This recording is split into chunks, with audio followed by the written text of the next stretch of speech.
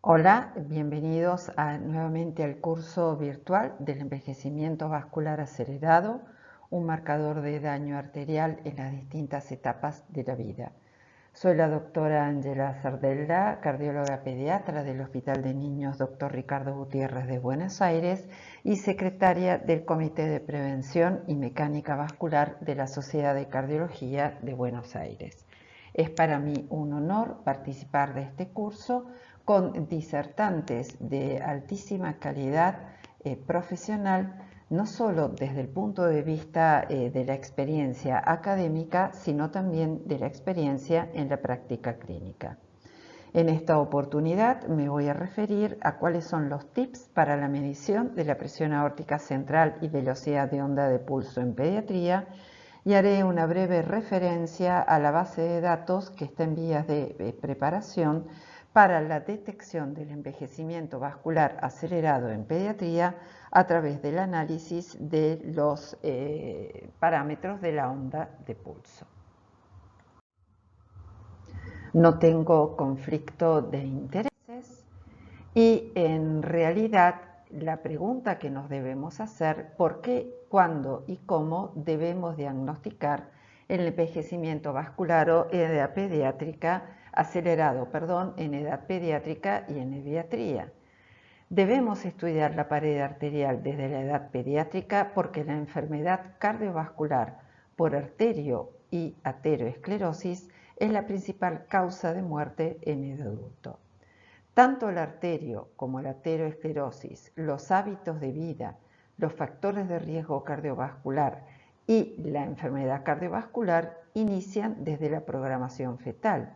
Y es así que cuando falla la prevención primordial, solo la detección subclínica puede evitar la enfermedad cardiovascular. Y esto, obviamente, lo tenemos que hacer con métodos fáciles e incruentos. Aquí les comento cómo organicé la charla.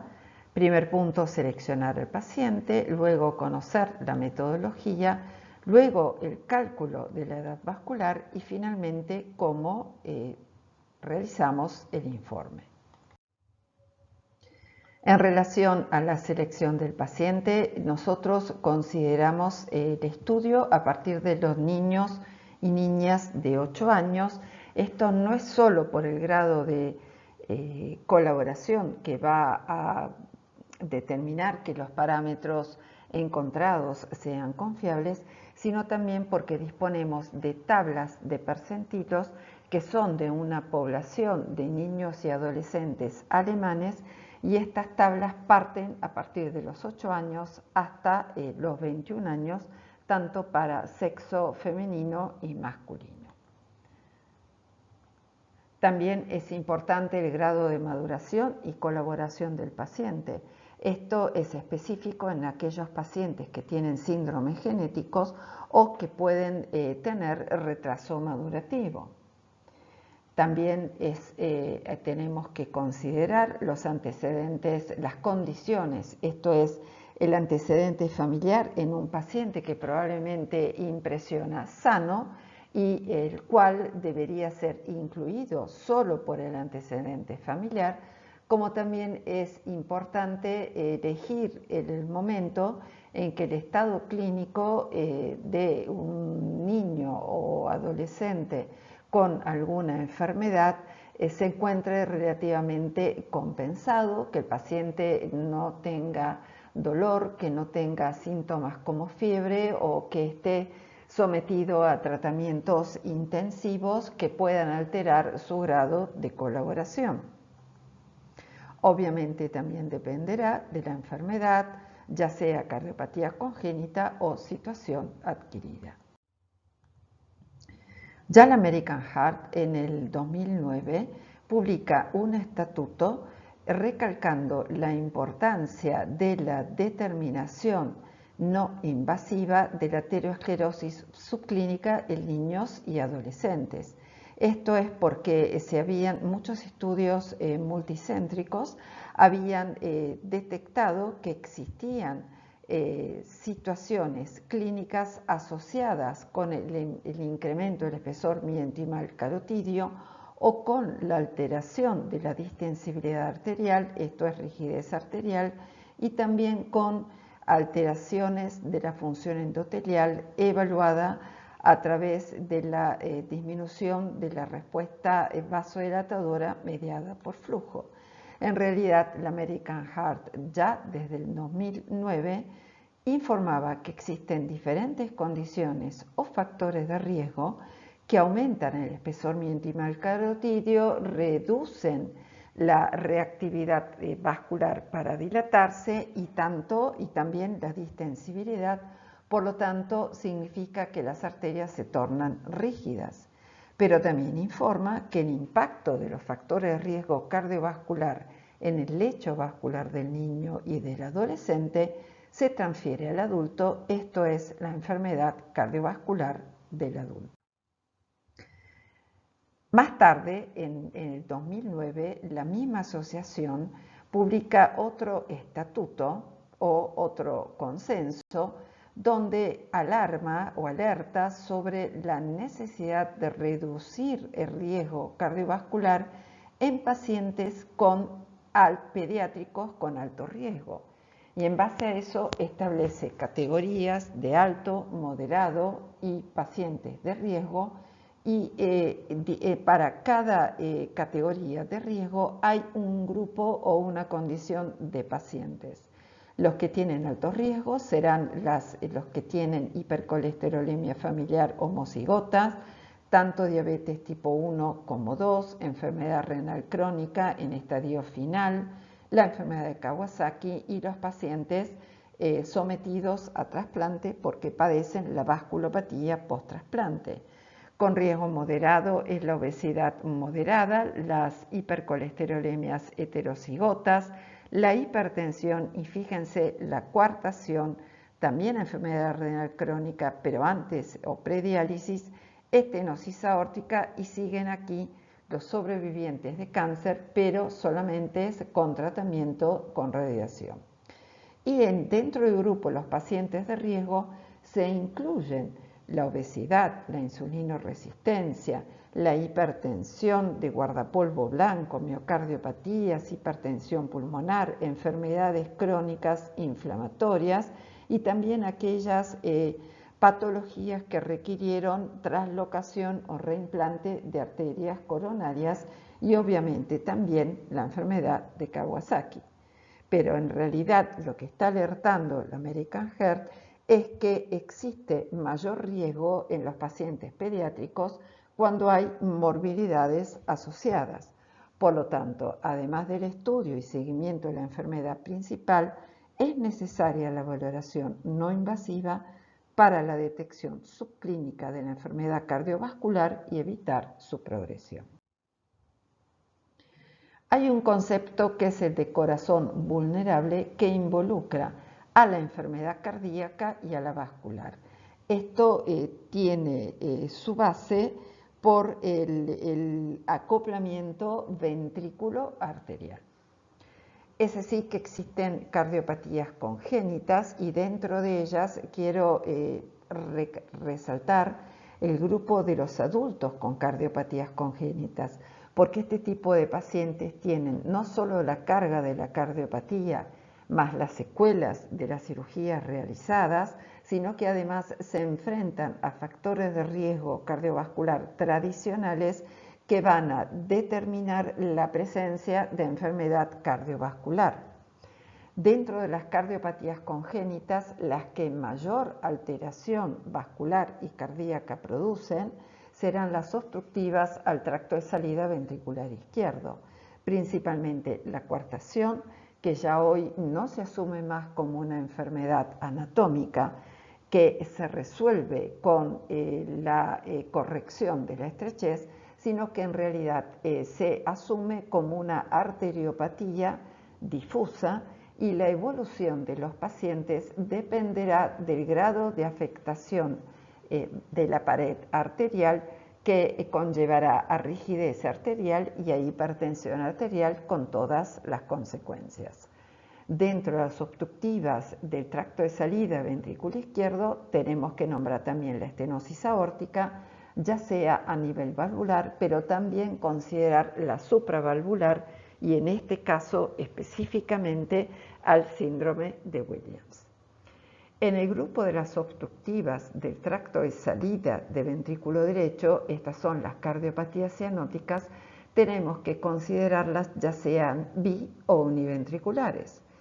Estas cardiopatías cianóticas tienen dilatación de la raíz aórtica, que en realidad es secundaria a la alteración congénita de la pared arterial.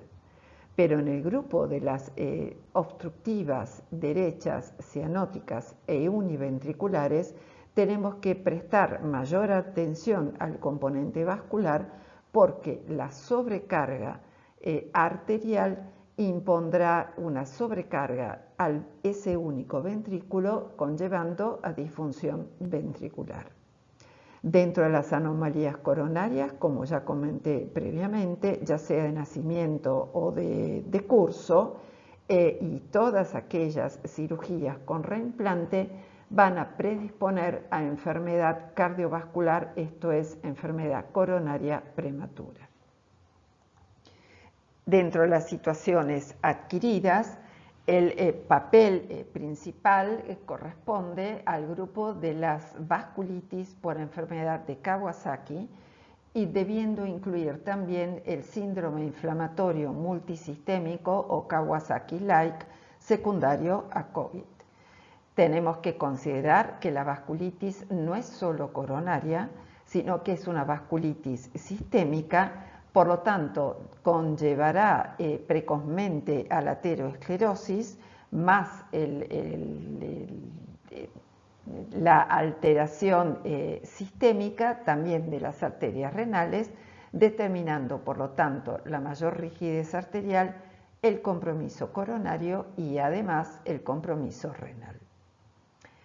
También se incluyen los pacientes post-trasplante con la vasculopatía post-trasplante y todas las enfermedades inflamatorias crónicas, Takayasu, lupus, artritis reumatoidea, panarteritis nodosa y obviamente el HIV. Pero también hay factores de riesgo cardiovascular clásicos como la obesidad, sedentarismo, hipertensión, diabetes, dislipidemia y tabaquismo activo y pasivo. Y últimamente también la American Heart incorporó a las alteraciones de sueño. También hay otros factores como las adicciones, alteraciones psicosociales, el estrés y también el síndrome de ovario poliquístico. Entonces, si consideramos la rigidez arterial en niños y adolescentes con patología de riesgo clásica, tenemos que incluir a las dislipidemias familiares, ya sea hetero o homocigotas, y también a las dislipidemias adquiridas. Las dislipidemias en general, tanto en niños como en adolescentes, afectarán arterias centrales y arterias periféricas. En el caso de la diabetes tipo 1, en edad pediátrica y parte del adolescente, es más frecuente la afectación de las arterias periféricas, o sea, arterias periféricas rígidas. Pero a medida que el paciente va creciendo, ya aparece el daño macrovascular, o sea, afecta arterias centrales para constituir el compromiso o el daño de órgano blanco ya en el adulto joven. En el caso de la diabetes tipo 2, la rigidez arterial, tanto central como periférica, es mucho mayor que en la diabetes tipo 1, que también se presenta de manera subclínica y esto es debido a la asociación con la obesidad. En el caso de la insulinoresistencia, en el niño y en el adolescente se comprometen mayormente las arterias periféricas más que las centrales, por lo cual la afectación es microvascular. Y además tenemos los otros factores de riesgo clásico, hipertensión, tabaquismo, obesidad, sedentarismo, alimentación y, como comenté anteriormente, el sueño, las alteraciones de sueño según un artículo publicado recientemente por la American Heart. En el caso de la hipertensión arterial, quiero comentarles brevemente que si bien la clasificación es la misma del adulto, ¿sí? Presión arterial normal, prehipertensión o normal alta, estadio 1, 2 y 3, la diferencia en los niños hasta los 16 años es que se utilizan tablas, valores de tablas y de percentilos para definir si el paciente presenta presión sistólica y diastólica normal, cuando es menor del percentilo 90, normal alta o prehipertensión entre 90 y 95, e hipertensión arterial cuando supera el percentilo 95. Ya a partir de los 16 años se consideran los valores de presión arterial de manera similar al adulto. Estas tablas o valores de percentilos se basan en las guías americanas y tienen en cuenta la edad, el sexo y la talla, no el percentil de la talla, sino el valor absoluto de la talla. También brevemente comentarles que las causas de hipertensión puntualmente en el grupo etario que nos interesa, que es desde los 7 años hasta los 18 años, van a tener en la infancia más frecuentemente causas de hipertensión arterial secundaria, como todas las causas que ya conocemos, pero ya la primaria empieza a presentarse, por lo cual es importante la detección y es importante la toma de presión arterial ya a partir de los 3 años. En los adolescentes, en cambio, van a ser más importante la hipertensión arterial primaria que la secundaria por las otras enfermedades, y esto lo podemos ver muy claro en la gráfica.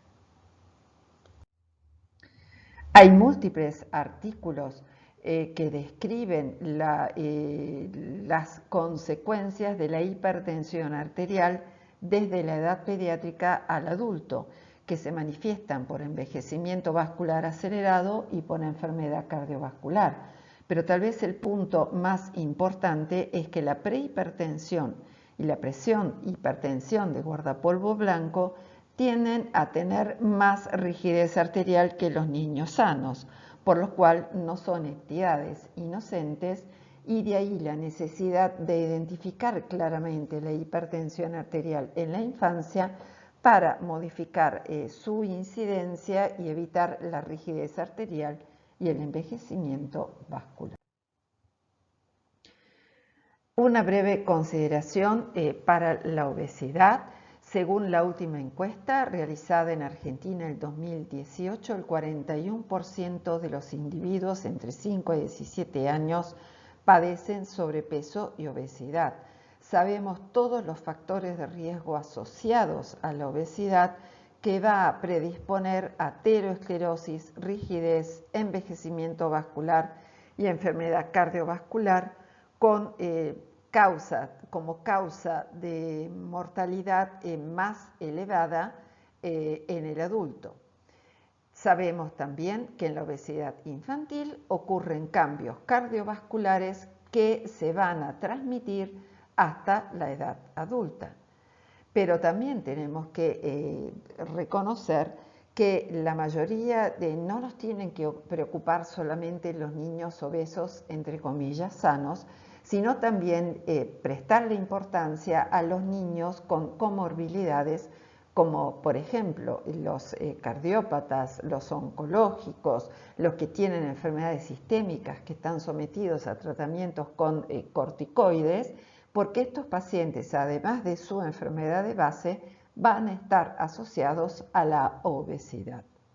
Por lo tanto, es importante la detección del factor de riesgo por la enfermedad básica en sí, pero también estar atentos con aquellos agregados por la obesidad. También sabemos que existe una caracterización de la obesidad en el niño. En la etapa prepuberal se interpreta como una adaptación fisiológica con hipervolemia que llevará solamente al aumento de la presión arterial central y al volumen sistólico, porque en esta etapa no se afecta la pared arterial. Si en cambio en la etapa postpuberal persiste la exposición a la adiposidad y a los factores de riesgo cardiovascular, ya se alterará la pared arterial y los parámetros alterados se tornarán ya estables, no van a revertir, con afectación no solo de la presión aórtica central, sino también de la velocidad de onda de pulso y de la resistencia vascular periférica. Por lo tanto, es importante la detección de la subclínica de la ateroesclerosis en la obesidad, porque es el riesgo cardiovascular más identificable y también modificable en la etapa prepuberal. En relación a la selección del paciente, podemos entonces concluir que tenemos que estudiar todos aquellos que tienen riesgo de daño vascular. Y es así que entonces todos pacientes que tienen antecedente o una carga genética elevada debe ser motivo de estudio. Pero si a esta carga genética que tiene el paciente, que puede ser totalmente subclínica o desconocida, le agregamos además las cardiopatías, los factores de riesgo cardiovascular clásicos, otras entidades o enfermedades sistémicas y los hábitos, estilo de vida, dieta, actividad física, pantallas y sueños, obviamente la resultante va a ser rigidez arterial. Pero, ¿cómo medimos la edad vascular? Existen múltiples métodos, los biomarcadores moleculares, los biomarcadores compuestos, pero obviamente el preferido es la medición no invasiva a través del estudio de los parámetros funcionales y estructurales de la pared arterial. Pero, ¿qué tenemos que saber para estudiar la pared vascular y diagnosticar el envejecimiento vascular acelerado? Conocer la metodología y el equipo de medición. Una de las metodologías es con la ecografía vascular, que va a medir el espesor miointimal carotidio y realizar cálculos de rigidez arterial. Sobre este punto, en otro apartado, la doctora Bárbara Whitemaster les va a explicar específicamente las características y cómo se realizan las mediciones. La otra manera de realizar el cálculo de la edad vascular para estudiar la pared vascular y definir el EVA es conocer los parámetros derivados de la onda de pulso, medición de velocidad de onda de pulso por métodos oscilométricos o tonometría, índice de aumento y presión aórtica central. Si bien la tonometría y la ecografía nos permiten la medición de la velocidad de onda de pulso, nosotros utilizamos el método oscilométrico porque es el más amigable, el más factible y el más reproducible, y para el niño es mucho más aceptable porque es como tomar la presión arterial. Obviamente se requiere calibración del equipo y considerar los valores de referencia o percentilos solo para ese equipo y no para otros. Es importante la preparación del paciente, conocer el peso y la talla actualizados, que venga con un desayuno liviano, que no se administre broncodilatadores, ropa cómoda con el brazo derecho libre. Generalmente preferimos que ingrese con un familiar y le explicamos que es un estudio sencillo, igual que tomar la presión arterial. Es importante conocer el equipo y el programa, disponer de una computadora con una buena fuente energética, tanto para el equipo como para la computadora, y un ambiente confortable y cómodo, tanto para el paciente como el equipamiento. Pero, ¿cómo realizamos el cálculo de la edad vascular? En realidad, el cálculo de la edad vascular o biológica se puede realizar a través de la valoración del espesor miointimal carotidio. Eso ya va a ser parte de otra charla, pero puntualmente en este caso es a través, que a mí corresponde, es a través del valor de la velocidad de onda de pulso.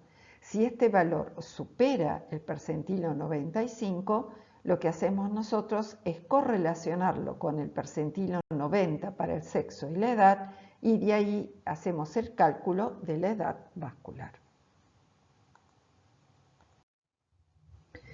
Para la medición utilizamos el método oscilométrico, pero los valores de referencia percentilos según sexo y edad, como ya les comenté, tanto para la presión aórtica central y velocidad de onda de pulso, es para niños y niñas, o sea, para varones y mujeres, entre los 8 y los 21 años y corresponden a una población de niños y niñas y adolescentes sanos alemanes.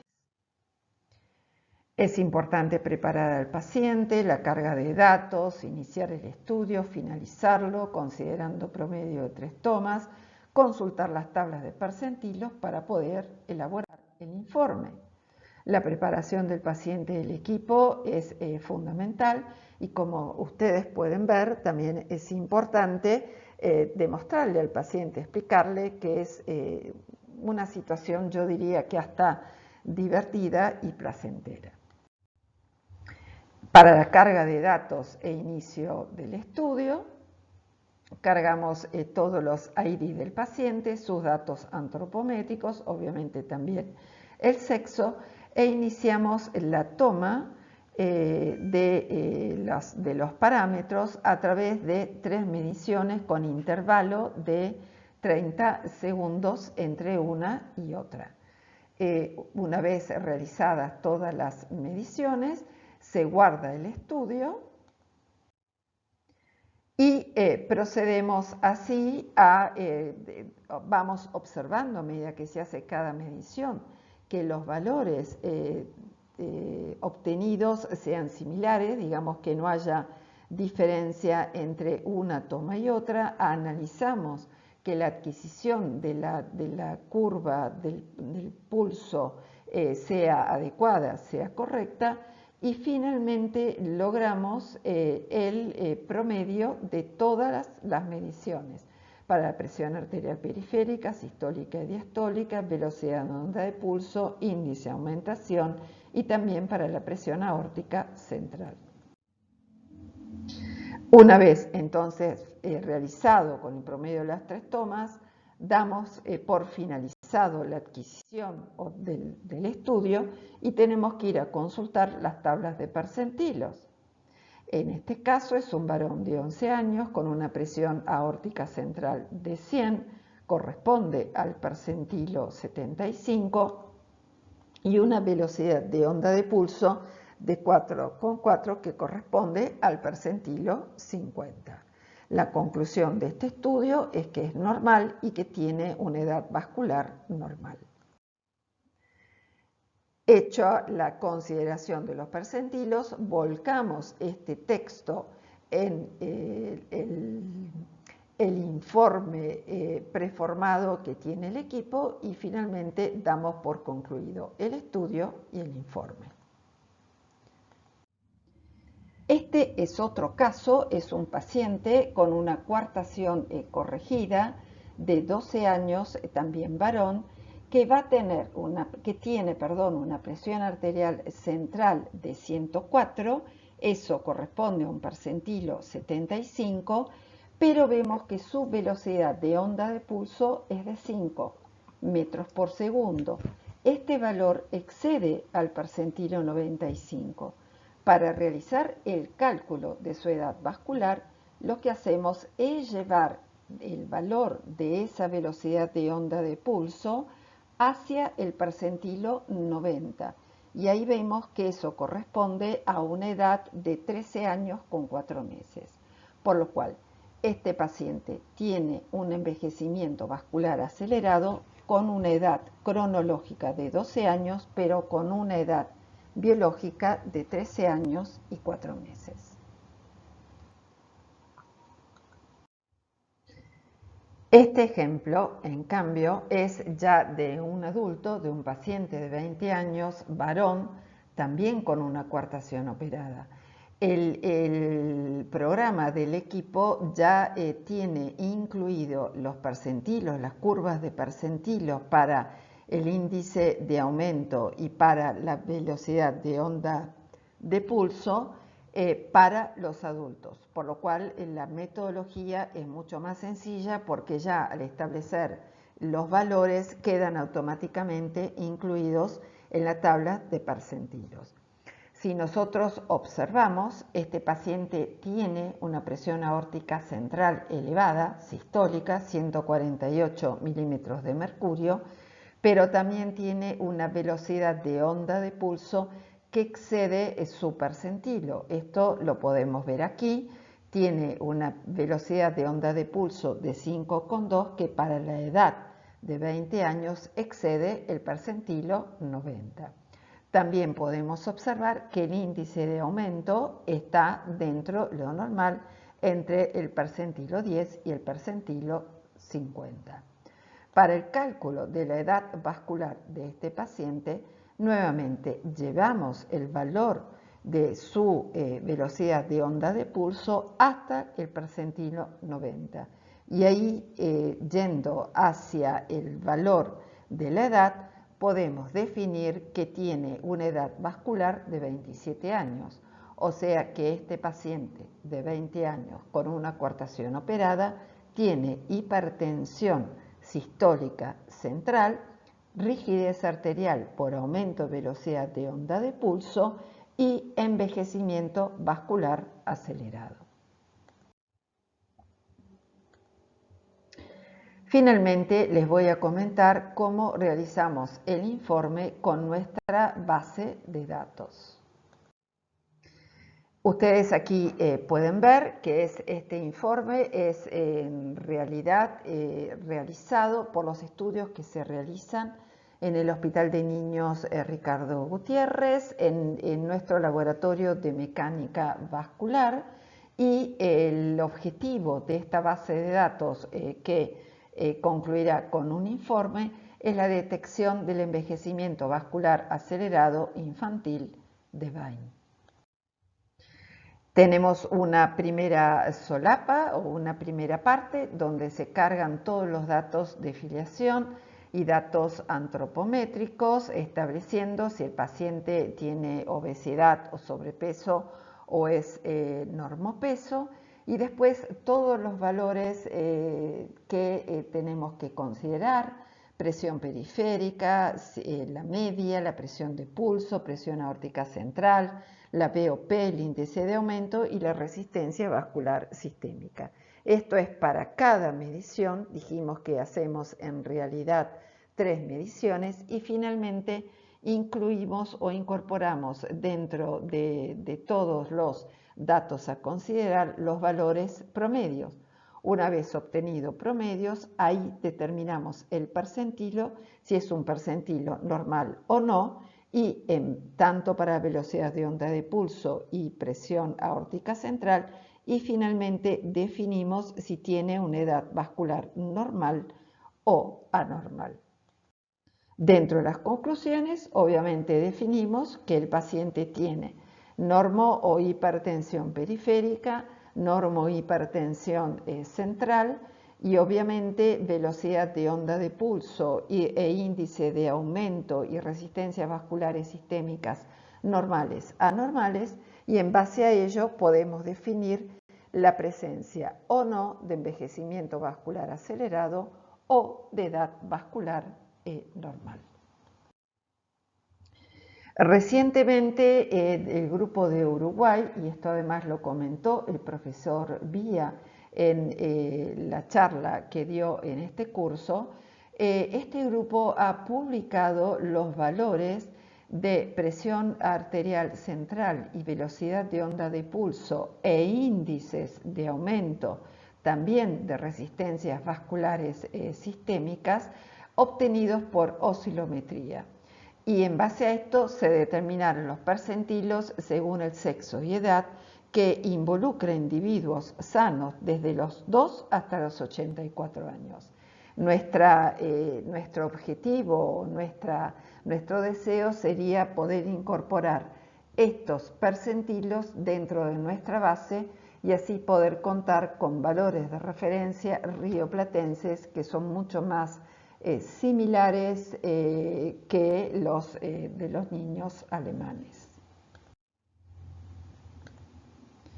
También hay varios ejemplos más de envejecimiento vascular acelerado en pediatría y neviatría que, bueno, serán brindados en otra charla próximamente.